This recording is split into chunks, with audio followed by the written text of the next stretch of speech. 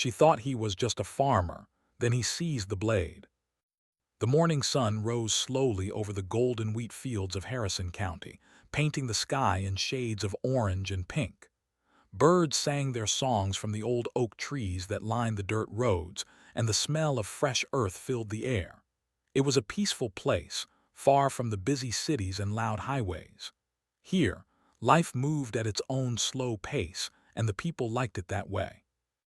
Samuel Cole stood on his front porch, holding a cup of black coffee in his weathered hands. He was 62 years old, with gray hair that peeked out from under his faded baseball cap. His face was tanned and lined from years of working under the sun, and his blue eyes had the calm look of a man who had seen many things in his life. He wore old jeans, a simple flannel shirt, and boots that had walked 1,000 miles across his fields. To anyone who saw him, Samuel was just a farmer. He grew corn and wheat, raised some chickens, and fixed his own tractor when it broke down. His neighbors knew him as a quiet man who kept to himself, but was always ready to help when someone needed it. He went to church on Sundays, played cards with the other old men on Wednesday nights, and never caused any trouble. But Samuel Cole had not always been a farmer. He took a long sip of his coffee and looked out at his land. 300 acres of golden wheat swayed gently in the morning breeze. In the distance, he could see the red barn where he kept his equipment, and beyond that, the small pond where he sometimes went fishing.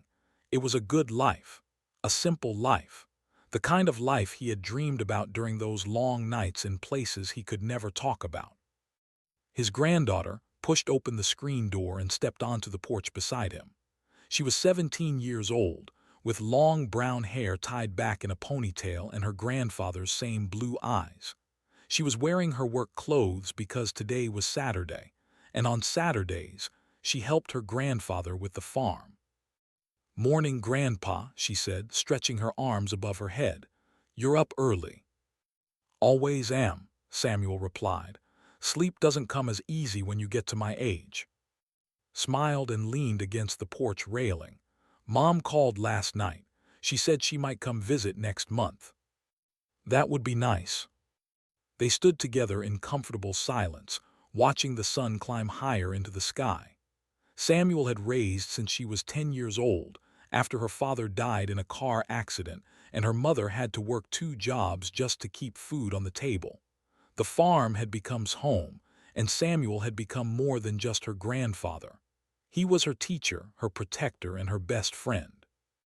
"Grandpa," said suddenly, pointing toward the western horizon, "what's that?" Samuel followed her gaze and felt his heart stop. A dark shape was moving across the sky, growing larger with each passing second. At first, it looked like a storm cloud, but storm clouds didn't move that fast. Storm clouds didn't have sharp edges and metallic surfaces that caught the sunlight. Storm clouds didn't make a sound like thunder that never ended. It was a ship. Samuel set down his coffee cup very slowly, his hands suddenly steady in a way they hadn't been for 20 years. His mind raced through possibilities, calculated distances and trajectories, and came to conclusions that made his blood run cold. He said, his voice calm but firm, "I need you to go inside and wake up your brother. Tell him to get the radio from the basement. The special radio, the one in the green case. Do you understand?" Looked at him with wide eyes. "Grandpa, what's going on? What is that thing?" "Just do what I say, sweetheart, quickly now." Something in his voice made move without any more questions. She disappeared into the house, and Samuel heard her footsteps running up the stairs. He stood alone on the porch, watching the ship grow larger and larger until it blocked out half the sky. It was massive, bigger than any airplane, bigger than any building Samuel had ever seen. Its surface was smooth and dark, like polished obsidian, and strange lights pulsed along its edges in patterns that hurt to look at. As it passed over the farm, its shadow fell across the land like a blanket of darkness, and the temperature dropped by at least 10 degrees. Samuel didn't move. He didn't run. He didn't panic. He remembered. 40 years ago, When he was a young man with a strong back and a head full of dreams, Samuel Cole had been Sergeant First Class Samuel Cole of the United States Army Special Forces. He had trained at Fort, learned to kill in 17 different ways with his bare hands, and been deployed to places that didn't appear on any official map. He had done things that he would never speak about, seen things that still haunted his dreams, and survived missions that should have killed him a dozen times over. And then, in the summer of 1985, he had been part of Operation Silent Thunder. The government had given it that name, even though there was nothing silent about what happened. An alien spacecraft had crashed in the mountains of Montana, and the military had sent in a team to investigate. Samuel's team. They had expected to find wreckage, maybe some advanced technology they could study. What they found instead was a horror beyond imagination. The ship hadn't crashed, it had landed, and its crew was very much alive. Samuel closed his eyes and forced the memories back into the locked box where he kept them. That was a long time ago. He was a different man now. But as he watched the massive vessel descend toward the fields east of town, he knew that his past had finally caught up with him. "Grandpa." He turned to see his grandson, Danny, standing in the doorway. Danny was 19 years old, tall and strong from years of farm work, with the same serious expression that Samuel wore. In his hands, he held a green metal case that was covered in dust. "I got the radio," Danny said. "What's happening?" "Something I hoped would never happen again," Samuel replied. He took the case from Danny and opened it carefully. Inside was a device that looked nothing like any radio Danny had ever seen. It had switches and dials with labels in languages that weren't quite English, and a small screen that glowed with soft green light. Samuel pressed a sequence of buttons, and the device hummed to life. "Farmhouse 7 to Overlord," he said into the receiver. "Priority Alpha. Confirm hostile contact in Sector 12, requesting immediate status on all defensive positions." There was a moment of static, and then a voice crackled through the speaker. It was a woman's voice, calm and professional. "Overlord to Farmhouse 7. We have confirmation of hostile contact. All defensive positions are active and standing by. Pentagon has been. What are your orders, Colonel?" Danny stared at his grandfather with a look of complete shock. "Colonel, Grandpa, what is she talking about?" Samuel didn't answer. He was already moving, walking off the porch and heading toward the barn with a purpose that Danny had never seen before. His grandfather had always been calm, always been steady, but this was different. This was the walk of a soldier. "Follow me," Samuel said. "Both of you. There are things I need to show you." And Danny exchanged confused looks, but they followed without question. They had learned long ago that when their grandfather used that tone of voice, you listened. The barn was old but well-maintained, like everything else on the farm. It smelled of hay and diesel fuel and the faint sweetness of corn. Samuel walked past the tractor, past the shelves of tools and spare parts, to the back wall where a large wooden cabinet stood. It looked ordinary, just another piece of farm furniture, but when Samuel pressed his hand against a specific spot on the side panel, something clicked. The cabinet swung open to reveal a hidden door. Behind the door was a staircase leading down into darkness. Samuel flipped a switch, and lights flickered on below, revealing a space that made both gasp. It was a bunker, a real military bunker, with concrete walls and metal floors and equipment that looked like it belonged in a science fiction movie. Computer screens lined one wall, displaying maps and data in real time. Weapon racks lined another wall, holding rifles and handguns and things that Danny couldn't even identify. In the center of the room was a large table covered with documents and photographs, and hanging on the wall behind it was a flag that Danny recognized from his history books. It was the flag of a unit that officially didn't exist. Grandpa whispered, "What is this place?" Samuel walked to one of the weapon racks and pulled down a rifle that gleamed with an inner light. It wasn't made of any metal that Danny had ever seen, and when Samuel checked its ammunition, the rounds glowed faintly blue. "This," Samuel said, "is what I've been preparing for since before either of you were born." He set the rifle on the table and turned to face his. For the first time in their lives, they saw something in his eyes that they had never seen before. It wasn't fear. It wasn't anger. It was something harder to name, something cold and sharp and dangerous. "I wasn't always a farmer," Samuel began. "Before I bought this land, before I married your grandmother, I was a soldier. Not just any soldier. I was part of a special unit, a unit that handled situations that the regular military couldn't, situations that the public could never know about." He reached into his pocket and pulled out a small metal object. It was a pendant, shaped like an eagle clutching a lightning bolt in its talons. Danny had seen his grandfather wear it sometimes, but he had always assumed it was just a piece of old jewelry. In 1985, an alien spacecraft landed in Montana. The government sent my unit to investigate. We thought it would be a simple mission. We were wrong. Samuel's voice grew quieter, and his eyes took on a distant look. The aliens were called the. They came from a star system on the other side of the galaxy, and they had been watching Earth for centuries. They saw us as primitive, as weak, as nothing more than animals to be conquered. Their scouting party landed in Montana to evaluate our planet's defenses, to see if we were worth conquering. He paused, and a small smile crossed his face. "They made a mistake. They underestimated us." Moved closer, her fear temporarily forgotten in the face of curiosity. "What happened?" "We fought them," Samuel said simply. 12 of us against 60 of them. They had weapons that could vaporize a man from 100 yards away. They had armor that could stop a 50 caliber bullet. They had technology so advanced that it might as well have been magic. He picked up the rifle again and held it up to the light. "But we had something they didn't. We had the will to win, no matter the cost. We had training that had been passed down through generations of warriors. And we had something else, something that the never expected." "What?" Danny asked.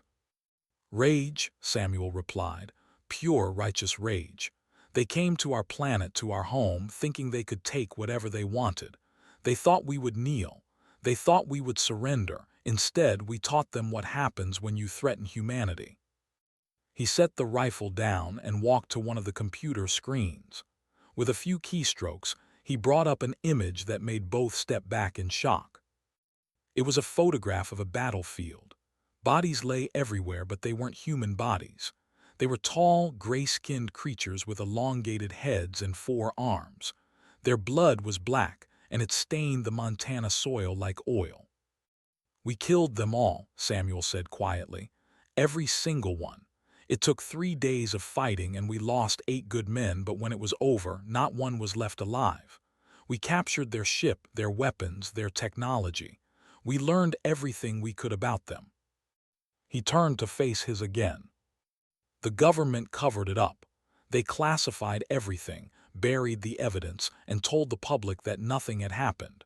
But some of us knew the truth. We knew that they would come back someday, and we knew that we had to be ready." Danny found his voice. "So all this time, all these years of farming and living out here in the middle of nowhere, you were actually—" "Preparing," Samuel finished. "Waiting, training others, building a network of people who know the truth and who are ready to fight when the time comes." He gestured at the bunker around them. "This isn't the only one. There are hundreds like it scattered across the country. Every small town, every farming community, every place that looks peaceful and unimportant. We've been hiding in plain sight for 40 years, building an army that the don't know exists." Looked at the weapon racks, at the computers, at the maps showing locations across the entire United States. "How many people are part of this?" "Enough," Samuel said. "And now it's time for you to become part of it too." Before either of them could respond, an alarm began to sound. Red lights flashed along the walls, and one of the computer screens switched to show a live video feed. The alien ship had landed in a field about 5 miles east of the farm, and figures were emerging from its hull. They were tall and gray-skinned, with elongated heads and 4 arms. Just like in the photograph. "They're here," Samuel said, and his voice carried no fear, only cold determination. "They have returned." He moved to the weapon rack and began selecting items with the practiced efficiency of a man who had done this 1,000 times before. He handed a rifle to Danny, and a smaller handgun too. "These weapons are modified technology," he explained. "We reverse-engineered them from the captured equipment. They're more powerful than anything the aliens currently carry, and they're keyed to human DNA, so they can't use them against us if they capture them." Danny looked at the rifle in his hands. It was lighter than he expected, and it seemed to hum with contained energy. "Grandpa, I don't know how to use this." "You will," Samuel said. "I've been training you your whole life without you even knowing it. All those times we went shooting in the back field, all those survival camping trips, all those lessons about tactics and strategy that I disguised as games. You're more prepared than you realize." He turned to, "Same goes for you. Remember when I taught you to throw a knife? Remember when I showed you how to move through the woods without making a sound? That wasn't just for fun.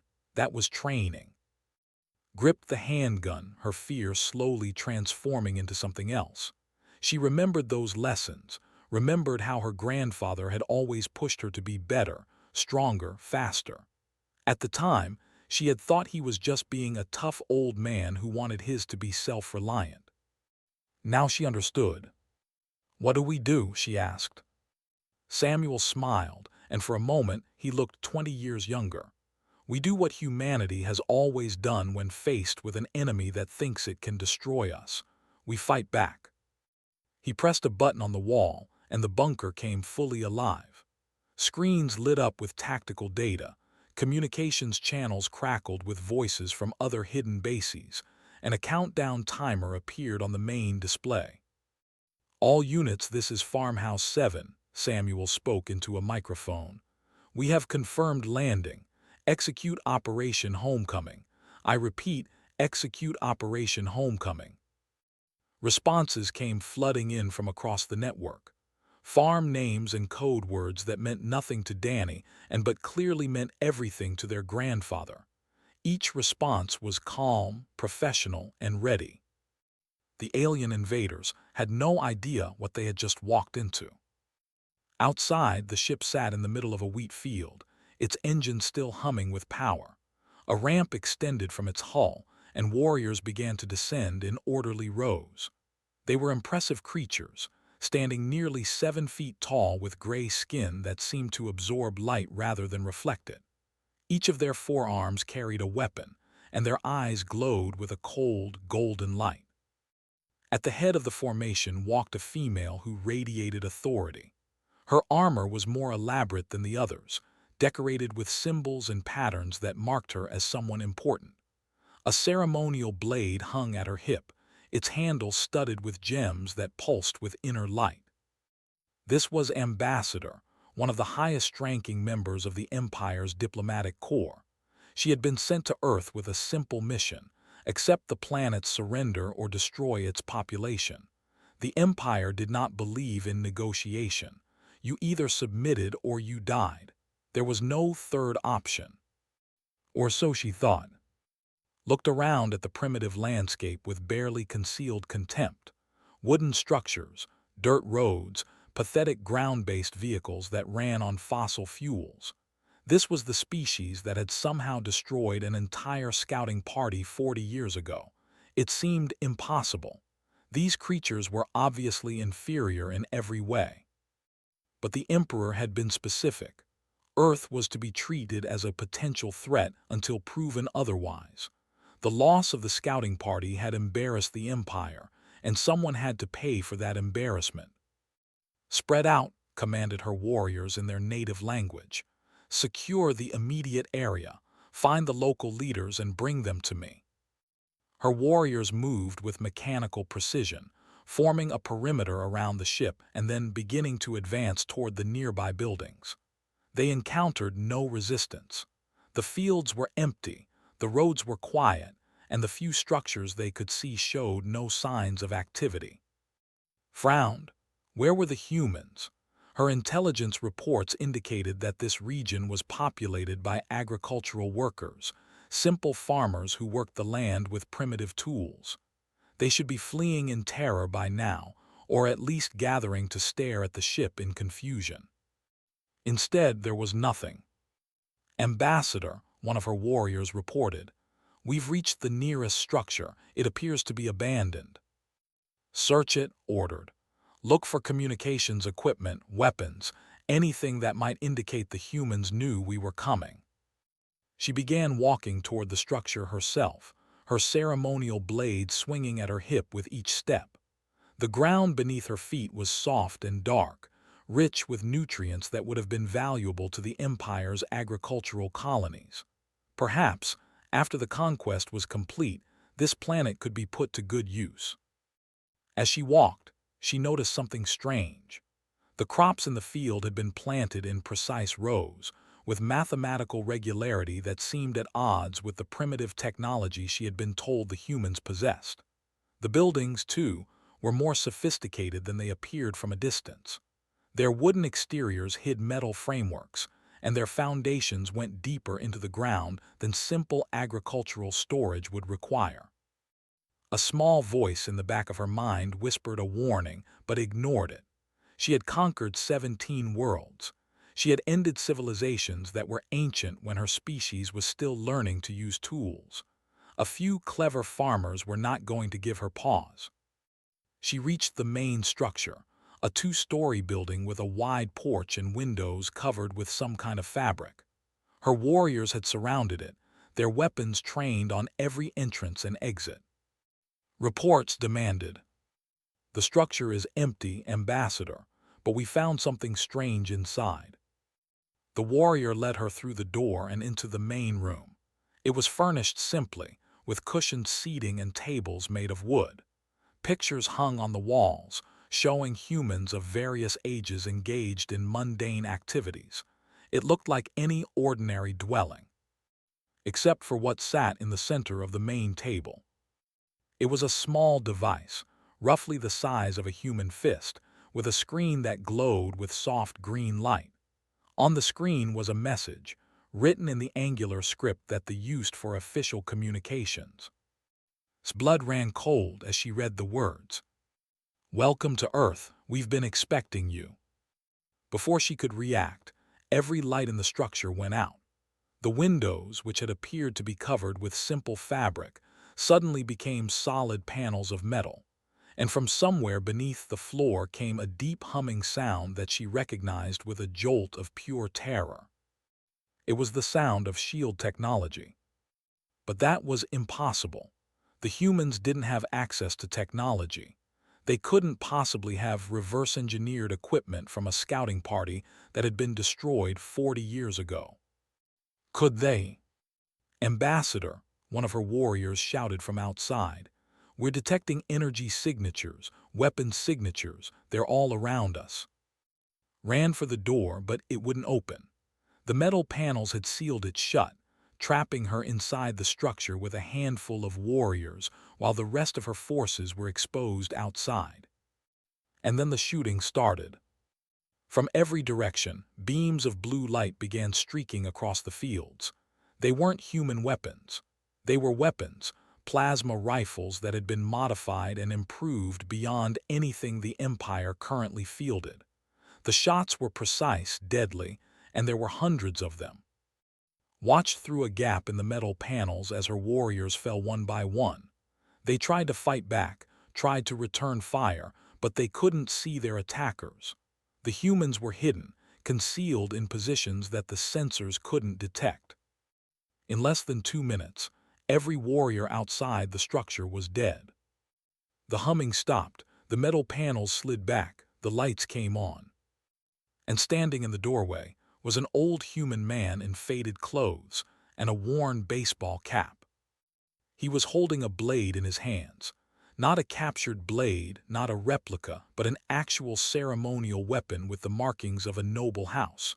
Recognize those markings. They belong to Commander, the leader of the Montana scouting party. The scouting party that had been destroyed 40 years ago. "Morning," the old man said, his voice calm and unhurried. "Name's Samuel Cole. I believe you folks have met my kind before." Remaining warriors raised their weapons, but Samuel didn't seem concerned. He simply stood there, holding the blade as if it belonged to him, looking at her with eyes that held no fear whatsoever. "You should know," Samuel continued, "that right now there are about 200 humans surrounding this position. Every one of them is armed with weapons that will go through your armor like it's made of paper. Every one of them has been training for this moment since before you were born." He took a step forward and, despite herself, took a step back. "Now, you have two choices. You can tell your warriors to drop their weapons and surrender, and I'll make sure you get off this planet alive to deliver a message to your emperor. Or you can try to fight, and you'll end up like your friends outside." He smiled, and it was the smile of a predator who had been pretending to be prey. "Either way is fine with me. I've been waiting 40 years for this. I'm in no hurry." Looked at the old man, at the blade in his hands, at the bodies of her warriors scattered across the fields. She was a diplomat, trained in negotiation and strategy, and she knew when she was beaten. But she was also, and did not surrender. She drew her own blade, the ceremonial weapon of her bloodline, and pointed it at Samuel's chest. "You think you can defeat the Empire with a few farmers and stolen weapons. You are insects. We will crush you." Samuel's smile didn't waver. "Maybe, but we're insects that already crushed you once, and we've had 40 years to get better at it." He gestured with the blade in his hand and heard movement behind her. She turned to see more humans emerging from hidden panels in the walls, from trapdoors in the floor, from places that she would have sworn were solid surfaces. Each of them carried a weapon, and each of them had the same cold, determined look in their eyes. Among them were two young humans, a boy and a girl who looked like they could be Samuel's. They held their weapons with the slightly awkward grip of beginners, but their eyes held the same fire as the old man's. "Let me tell you something about humans," Samuel said, walking closer to with each word. "We're not a threat because we're strong. We're not a threat because we're smart. We're a threat because we never ever give up." He stopped just inches from her blade, close enough that she could have run him through with a single thrust, but something in his eyes made her hesitate. "Your empire has conquered 100 worlds," Samuel continued. "You've destroyed civilizations, enslaved populations, wiped out entire species. And you've done it because those species didn't fight back hard enough. They saw your ships and your weapons and they gave up. They decided that resistance was futile." His voice dropped to a whisper. "We're not like them. We don't know how to give up. It's not in our nature. You can burn our cities, kill our families, destroy everything we've ever built, and we'll still keep fighting. We'll fight you from the rubble of our homes. We'll fight you with sticks and rocks if we have to. We'll fight you until the last human is dead, and even then our ghosts will keep coming." He stepped past her blade, so close that their faces were almost touching. "So yes, you might win. You might conquer Earth. But I promise you this, the cost will be higher than anything your empire has ever paid. We will make you bleed for every inch of ground. We will make you suffer for every human life you take. And when it's over, even if you win, you'll know that you fought the most dangerous species in the galaxy." For a long moment, nobody moved. The air was thick with tension, and the only sound was the soft hum of weapons ready to fire. Then slowly lowered her blade. "You are insane," she said quietly, "all of you." Samuel nodded. "Probably, but we're insane in a way that keeps us alive." He held out his hand, palm up. "Your blade now." Stared at him, her golden eyes burning with humiliation and rage. No had ever surrendered their ceremonial blade. It was a disgrace beyond measure, a stain that would follow her bloodline for generations. But she was also practical, and dead ambassadors delivered no messages. She placed the blade in Samuel's hand.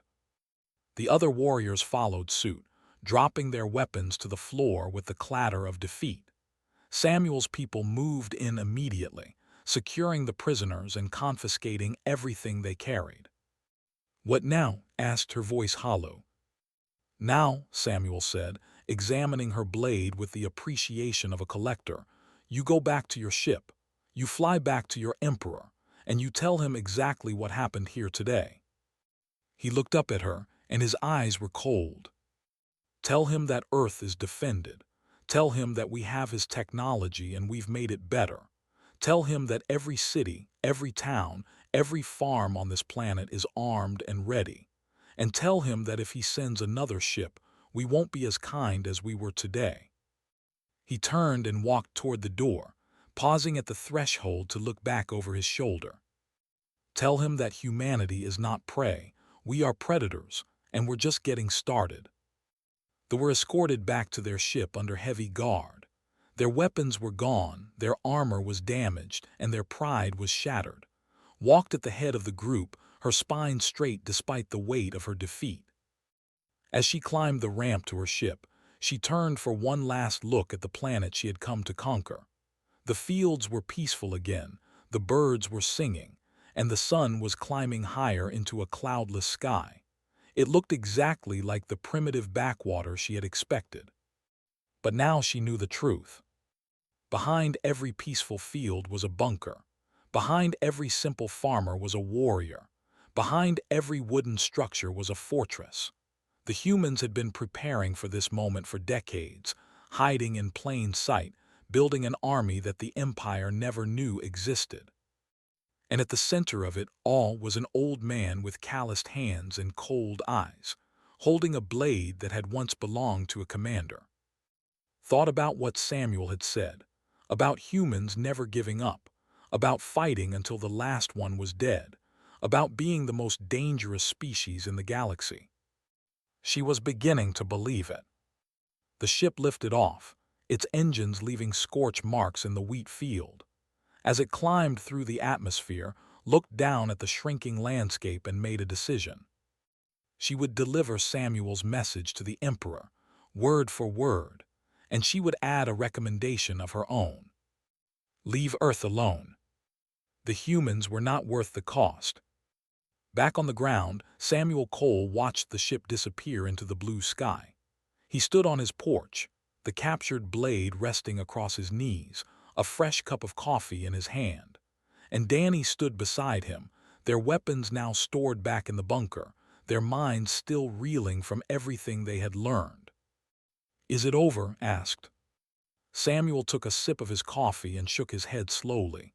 "No, this was just the beginning. They'll be back. Maybe not today, maybe not tomorrow, but they'll be back. Empires don't give up that easily." He looked at his, and for a moment his hard expression softened. "But now you know the truth. You know what's really going on and you know what's at stake. The question is, are you ready to be part of it?" Danny looked at the sky where the ship had vanished. He thought about everything his grandfather had told them, about the secret war that had been going on for 40 years, about the hidden army of farmers and workers and ordinary people who had been preparing to defend their planet. "Yes," he said firmly, "I'm ready." Nodded beside him, "Me too." Samuel smiled, and this time it was a genuine smile, warm and proud. "Good, because the real work is just beginning." He stood up from his chair and gestured toward the barn. "Come on, we've got a lot of training to do and not much time to do it." As they walked across the yard, Samuel looked up at the sky one more time. Somewhere out there, an ambassador was flying back to her empire with news of humanity's defiance. Somewhere out there, alien commanders were receiving reports of their failed invasion. Somewhere out there, the balance of power in the galaxy was beginning to shift. And Samuel Cole, former sergeant, current farmer and commander of humanity's secret army, was exactly where he needed to be. The wheat swayed in the morning breeze. The chickens clucked in their coop. The sun continued its slow climb across the peaceful sky. But beneath the surface, beneath the illusion of a simple farming community, preparations were already. They had thought they were invading a primitive world. They had no idea that they were walking into a trap that had been 40 years in the making. And this was only the first battle in a war that would shake the foundations of the galaxy. Samuel pushed open the barn door and stepped inside, his following close behind. The hidden bunker waited below, filled with weapons and equipment and secrets that would have seemed impossible just a few hours ago. But impossible was what humans did best. The old man smiled as he began and Danny's first real lesson in what it meant to be a defender of Earth. Behind them, the screen door of the farmhouse swung shut, and somewhere in the distance, a rooster crowed. It was going to be a long day. But that was all right. Samuel Cole had been waiting 40 years for this. He was in no hurry. Outside, the wheat continued to grow, golden and peaceful under the morning sun. But hidden among the stalks, sensors watched the sky. Hidden beneath the soil, weapons waited to be called. Hidden in the hearts of ordinary people across the entire planet, a fire was burning. The fire of humanity. The thought they knew what they were dealing with. They thought they understood this strange species that grew food in dirt and lived in wooden boxes. They thought humans were weak, primitive, easy to conquer. They were wrong. And soon, the entire galaxy would learn the truth. Humanity was not prey. Humanity was patient. Humanity was waiting. And when the time came, humanity would show the universe exactly what it was capable of. One blade at a time.